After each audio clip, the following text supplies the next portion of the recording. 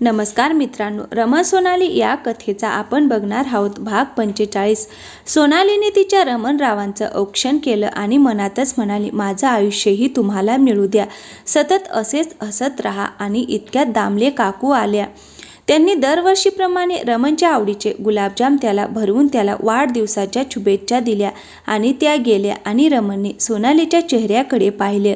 ती अजूनही लाजत होती, पण हे लाजणं नेहमीसारखं नव्हतं, त्यात काहीतरी वेगळं पण होतं। पण काहीतरी रहस्य ती लपवत होती त्याच्यापासून। तो तिचं मन वाचण्याचा प्रयत्न करत होता। तिचं हसूही नेहमीपेक्षा वेगळं होतं आणि तो तिच्या जवळ गेला। तिचा चेहरा त्याने दोन्ही हातात घेतला आणि तिच्या डोळ्यात खोल पाहिलं। दोघांची नजरानजर झाली आणि खट्याळपणा करत तिला त्याने डोळा मारला, पण ती आता नेहमीप्रमाणे ईश्य म्हणून लाजली नाही, उलट त्याच्याचकडे पाहत होती डोळे भरून। मग रमणने सोनालीला गुलाबजाम भरवला आणि सोनालीला वाटलं, झालं माझं काम। आता स्वारींना कळलं असेल बहुतेक की मला त्यांना काय गिफ्ट द्यायचं आहे ते, आणि ते बाबा होणार आहेत, म्हणूनच त्यांनी माझं तोंड गोड केलं। पण रमण तिला म्हणाला, माझ्या वाढदिवसाच्या तुलाही शुभेच्छा घे, तोंड गोड कर काय म्हणजे? यांना नाही कळलं काहीच। आणि ती म्हणाली, का मला का शुभेच्छा? वाढदिवस तुमचा आहे की माझा? तुझा असला काय आणि माझा असला काय, आता आपण दोघेही एकमेकांचे आहोत ना। मगाशी माझं औक्षण करताना म्हणालीच असशील की मनातल्या मनात की माझं आयुष्य मिळू दे रमण रावांना, हो ना? आणि सोनाली थक्क होऊन त्याच्याकडे बघत होती। किती कळतं यांना माझ्या मनातलं, मग हे का नाही कळत? आणि रमण म्हणाला, मी तुझ्यात आणि तू माझ्यात असेच कायमचे राहणार आहोत। मग आज तुझाही वाढदिवस आहे, हो ना? आता स्वारींच्या पुढे काय बोलणार? इतकं छान पटवून दिल्यावर त्यांना कोण चुकीचं म्हणेल का? मग ती म्हणाली, अहो पण मला तुम्हाला एक सांगायचं आहे। बोल की? तो मोबाईल बघत म्हणाला, तो फोन ठेवून द्या बरं बाजूला। अगं रिप्लाय तरी देऊ दे सगळ्यांना, किती शुभेच्छा दिल्यात बघ सर्वांनी, अख्खी गॅलरी भरली फोनची।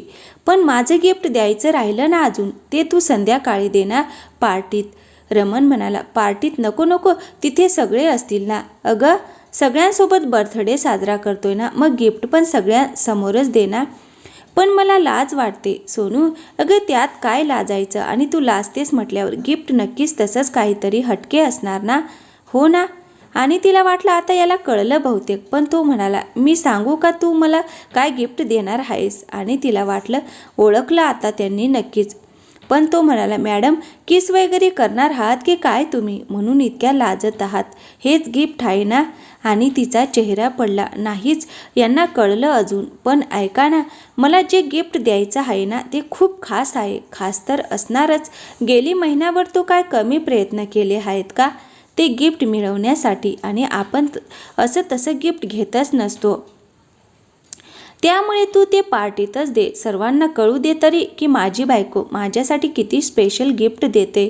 असं म्हणून त्याने उशीर झाला होता तरी एक ॲपल कट केला, नेहमीप्रमाणे एक घास तिला भरवला, तिचं उष्ट त्यानं खाल्लं आणि तिला म्हणाला, हे सगळं संपवायचं, कळलं?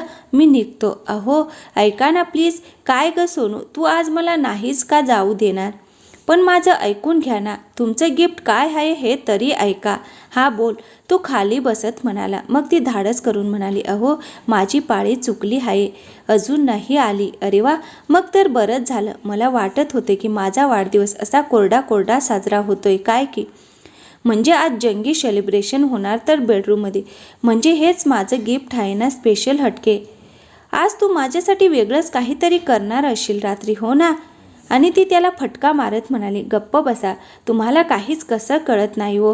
आता तू सांगितल्याशिवाय मला कसं काय कळणार? तूच नीट समजावून सांगत नाहीस मला, नुसती कोड्यात बोलतेस। आणि ती लाजत म्हणाली, मला नाही येत तुमच्यासारखं असं डायरेक्ट बोलायला, मला लाज वाटते। ठीक आहे, मग तुझं लाजून झालं की मग सांग, आता मी निघतो, तोपर्यंत माझा पुढचा वाढदिवस आला तरी हरकत नाही। आणि तो निघाला। अहो नाश्ता तरी खा ना। नको, मी खाईन तिकडेच, तुम्ही नाही खाल्ला तर मी पण नाही खाणार, ती अशी हट्टाने म्हणाली। खबरदार उपाशी राहिलीस तर, आज तो तिला असं पहिल्यांदाच म्हणाला। बरं ठीक आहे, असं म्हणून त्याने डब्यात भरून घेतला, स्वतःच खातो मी तिथे गेल्यावर, मग तर झालं। पण तू तुझ्या वाटणीचा सगळा खायचा आणि जेवणही बनव, उपाशी राहू नकोस। असं म्हणून बाय बाय म्हणत निघून गेला आणि ती नाराज झाली. तिचा हाही प्रयत्न वाया गेला होता. कसे आहेत ना हे म्हणे पार्टीत सांग सगळ्यांना देखत. आता पार्टीत मी हे कसं सांगणार त्यांना, मला बाई लाज वाटते. सोनाली, तुला जर हे जमणारच नव्हतं तर कशाला उगीचच प्लॅन करायच्या फंदात पडलीस. काल डॉक्टरांनी सरळ त्यांना सांगितलं असतं ना तर किती सोपं झालं असतं ते. पण आपल्यालाच हौस ना हटके गिफ्ट द्यायची. गिफ्ट तर हटके आहे पण ते द्यायचा हटके अंदाज माझ्याकडे कुठून येणार. आता मला घ्यायला तरी घरी येतील तेव्हा सांगेन. असं म्हणून ती कामाला लागली आणि तिने त्याच्यासाठी खास केक बनवला आणि दुपारी त्यानं फोन केला तिला, तयार राहा मी येतोय घ्यायला 5 वाजता. आणि तिने मोरपंखी रंगाची लाल काठाची साडी घातली होती. खूप सुंदर दिसत होती ती, पण एक कमी होती गजऱ्याची. तो तर तिच्या खूप आवडीचा. रमणराव येतीलच न सांगता घेऊन. किती समजतं त्यांना माझं मन, पण आज मात्र लक्षच नाही त्याचं माझ्याकडे. बर्थडे बॉय वेगळ्याच मूडमध्ये आहेत आज, म्हणून असेल कदाचित तिचा चेहरा आता पहिल्यापेक्षा आणखीन जास्त उजळला होता. त्यांच्या संसारवेलीवर एक फूल उमलणार होतं आणि त्याचा सुगंध तिच्या आतमध्ये दरवळत होता. आणि तो आला. त्याला पाहून ती छान गोड हसली आणि तिला हसताना पाहून त्याला खूप प्रसन्न वाटलं. त्याने तिचा गजरा तिच्या केसात माळला आणि आलोच पटकन तयार होऊन असा म्हणून फ्रेश व्हायला गेला. ती त्याची उत्सुकतेने वाट बघत होती. कधी तो बाहेर येतोय आणि कधी ती त्याला ही बातमी सांगते. आणि तो आला तसा गडबड करत म्हणाला, चल चल लवकर, आवडतो हा, मग आपण निघूया. तो तिने काढून ठेवलेले कपडे घालवतो. अहो ऐका तरी, काय ग सोनू, आज तू माझं ऐकायचं सगळं? माझा वाढदिवस आहे की नाही? आणि तिने डोळे मोठे करून विचारलं. सकाळी तर म्हणालात की तुझाही वाढदिवस आहे. हो ग, पण तू माझं ऐकावंस म्हणून असं म्हणालो. बरं बोल, सांग काय सांगायचं आहे. आणि पुन्हा तिनं सगळा धीर एकवटून मी अशीच करायला लागली. आता तू अशीच बकरीसारखी मेमे करत राहिलीस ना तर आपण आजचा केक पुढच्याच वर्षी कट करणार बहुतेक. हे पण तू केक बनवणार होती ना तुझ्या नागोबाच्या वाढदिवसाला, असा म्हणत तो जोरात हसला. आणि तीही हसायला लागली. बनवला आहे ना, घेतलाय तोही सोबत, ओके. आणि गप्पा मारत मारत त्याचंही आवरून झालं. काय हे रमणराव मला बोलण्याची संधीच देत नाहीत आज. आणि ती अस्वस्थ झाली. आता कधी सांगू त्यांना मी? शी बाई, मी जर असंच करत बसले ना तर बाळ जन्माला येईपर्यंत माझ्या तोंडून काही शब्द फुटणार नाहीत. आता सगळे पार्टीत आले होते. रमण आज खूप रुबाबदार हँडसम दिसत होता आणि वरून त्याचा हसरा चेहरा त्याच्या देखणेपणावर 4 चांद लावत होता. तो आज नेहमीपेक्षा खूपच खुश दिसत होता. त्याच्या आधीच्या आनंदात आणखीन आनंदाची भर पडल्यासारखं वाटत होतं. सगळे खूप एन्जॉय करत होते पार्टी. सोनाली तिच्या आईसोबत होती आणि रमणरावांची सारखी सारखी नजर सोनालीकडेच जात होती. तिच्या प्रत्येक हालचालीवर त्याचं बारीक लक्ष होतं. मग सोनाली थोडी प्रीतीसोबतही दिसायची. सगळ्यांना आपुलकेने काय हवं नको ते विचारायची. सगळे आपले घरचेच होते. गप्पा विनोदाला तर उत्तच आला होता.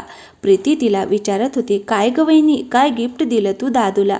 पण ती काही सांगत नव्हती आणि प्रीती खूप हट्ट करत होती. प्रीती जरी घरची असली तरी पण सोनालीला सर्वात आधी त्याला सांगायचं होतं. इतक्यात रमण तिथे आला. ए दादू, तू तरी सांग ना वहिनी, काही सांगतच नाही. काय गिफ्ट दिलं रे तिने तुला? त्याने सोनालीकडे पाहिलं. ती खाली मान घालून उभी होती.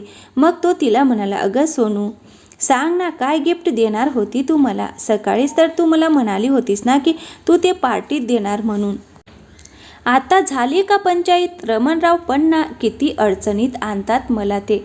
आता इथे कसे सांगू? एकट्या यांच्या समोर बोलायची इतकी लाज वाटत होती. आणि आता इतक्या लोकांसमोर कसं सांगू? मी नाही बाई. ए दादू, तू तरी सांग ना. अगं मलाच नाही माहीत अजून. मग मी काय सांगू? पण मला काय वाटतं माहीत आहे का प्रीती? तुझी बहिणी जे मला गिफ्ट देणार आहे ना ते तुम्हाला सांगण्यासारखं नसणारच बहुतेक. काहीतरी खाजगीच असेल, आमच्या दोघांचं प्रायव्हेट. खाजगी? तशी प्रीती हसत म्हणाली. ए बाबा, राहू दे.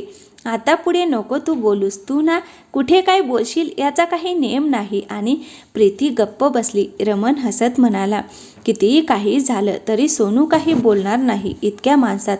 तिला फक्त मलाच ते सांगायचं आहे. बहुतेक सकाळपासून तिने खूप प्रयत्न केले, पण आता होऊ दे तिच्या मनासारखं, असं म्हणून तो तिला हाताला धरून तिथून घेऊन गेला. आता ते दोघेच होते एका रूममध्ये. ती गप्प बसली होती लाजत. सोनू, आता केक कट करायची वेळ आली आहे. तो कट झाला की संपलीच बघ पार्टी. आणि अजून तू मला माझं गिफ्ट दिलं नाही. नक्की देणार आहेस ना? तिने हो अशी मान हलवली. मग सांग ना, का लाजतेस एवढी?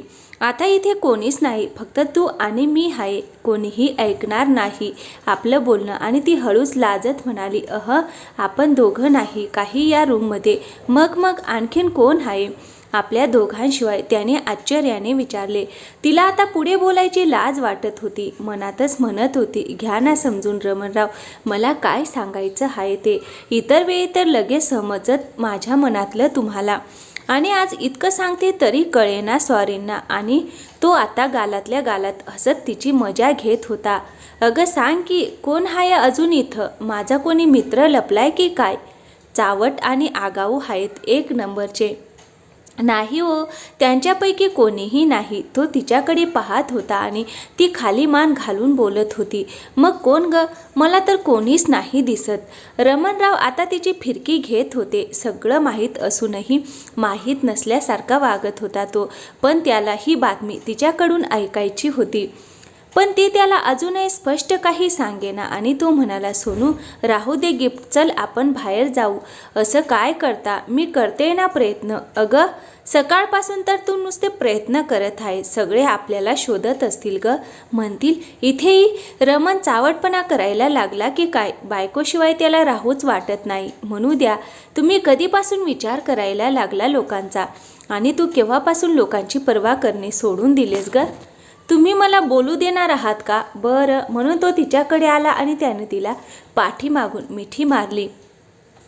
तिच्या ओटीपोटावर हात ठेवून म्हणाला, सोनू मला माहीत आहे की तू का अशी करते. काय म्हणजे तुम्हाला कळलं माझ्या मनातलं? हो, मला कळलं आहे. मग सांग ना, काय कळलं आहे तुम्हाला? आणि तो म्हणाला, तुला भूक लागली ना, म्हणून तुला काही सुचत नाही. चल आधी जेवून घे आणि मग सांग. नाही हो, भूक लागली मला, पण आता चल तू बाहेर. इतक्या दारावर धपाधप थापा मारत त्याचे मित्र ओरडायला लागले.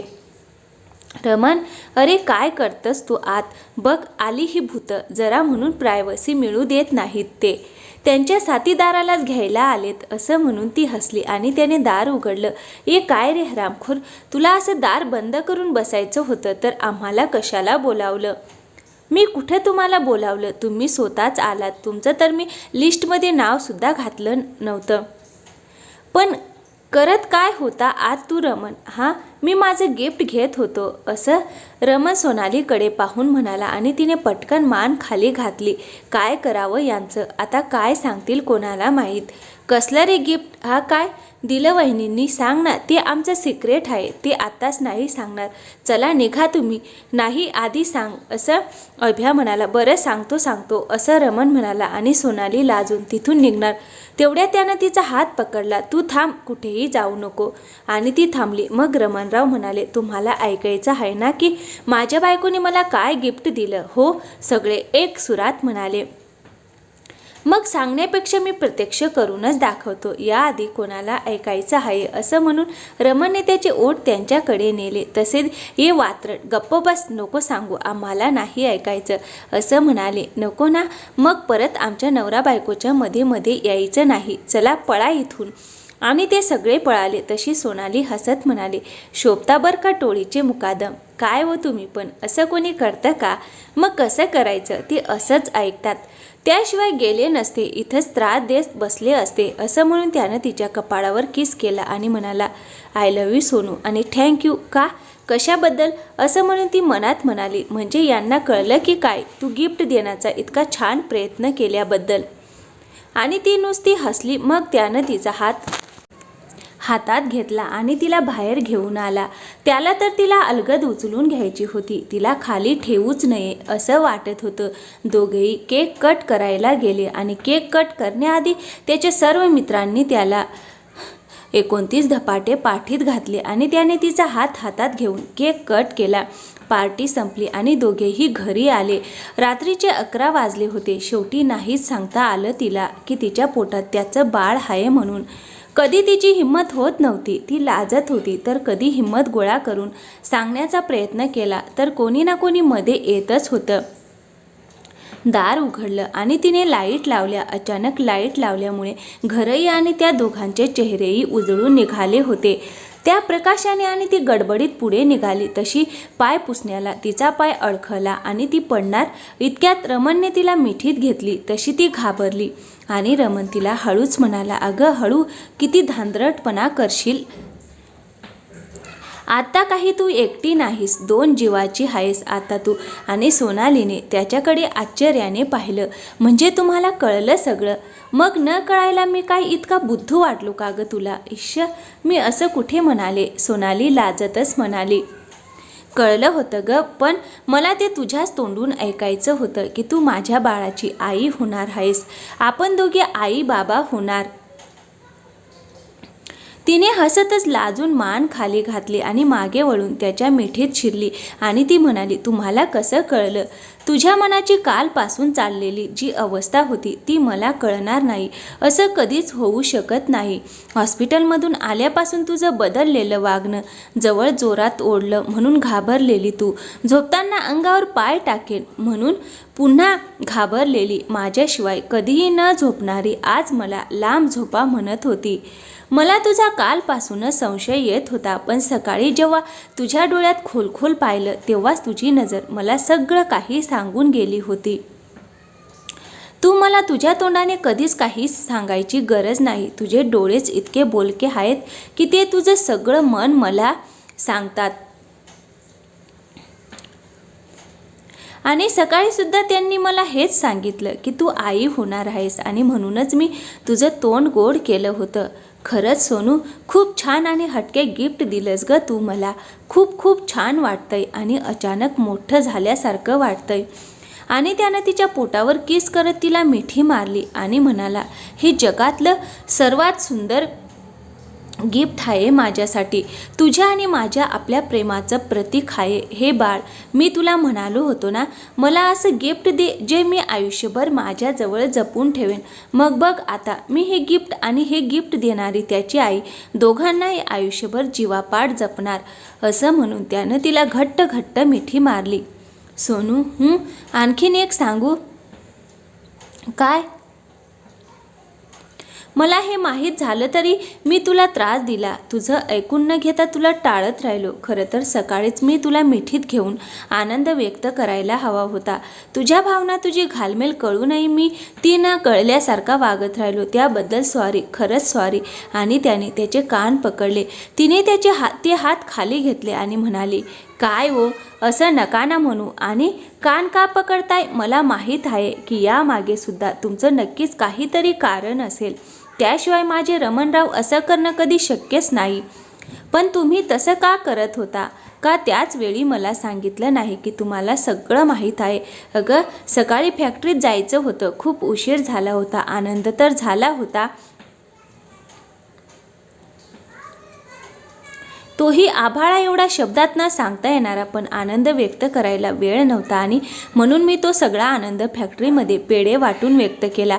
आणि हॉटेलची रूम ही काय अशी इतकी छान गुड न्यूज देण्यासाठी पवित्र नाही वाटली मला. आणि ज्या घरात आपण रुसलो, रडलो, आपलं प्रेम बहरलं, तिथंच ती सांगणं योग्य. आणि तो तिला म्हणाला, इकडे बघ, असं म्हणून त्यानं तिला भिंतीवरच्या त्याच्या आईबाबांच्या फोटोकडे पाहायला सांगितलं आणि म्हणाला, माझी अशी इच्छा होती की ही गोड बातमी आईबाबांच्या समोर त्यांच्या सुनेने त्यांच्या मुलाला सांगावी, कारण तेही आजी आजोबा होणार आहेत ना. आणि त्यांना किती आनंद होईल हे ऐकून. त्यांचं बाळ आता एका बाळाचा बाबा होणार आहे. आणि आज ते असते तर त्यांना किती आनंद झाला असता ना ग सोनू. असं म्हणून रमणचे डोळे पाणावले आणि कंठ दाटून आला आणि सोनालीच्या पोटाला किस करून मिठी मारून लहान बाळासारखा तसाच रडत बसला. आता सोनालीचे डोळे पाणावले होते आणि तीही त्याला मिठी मारून रडत होती. तर मित्रांनो, कसा वाटला आजचा भाग? आवडला असेल तर व्हिडिओला एक लाईक करा आणि हो, चॅनलवर नवीन असाल तर चॅनलला सबस्क्राईब नक्की करा.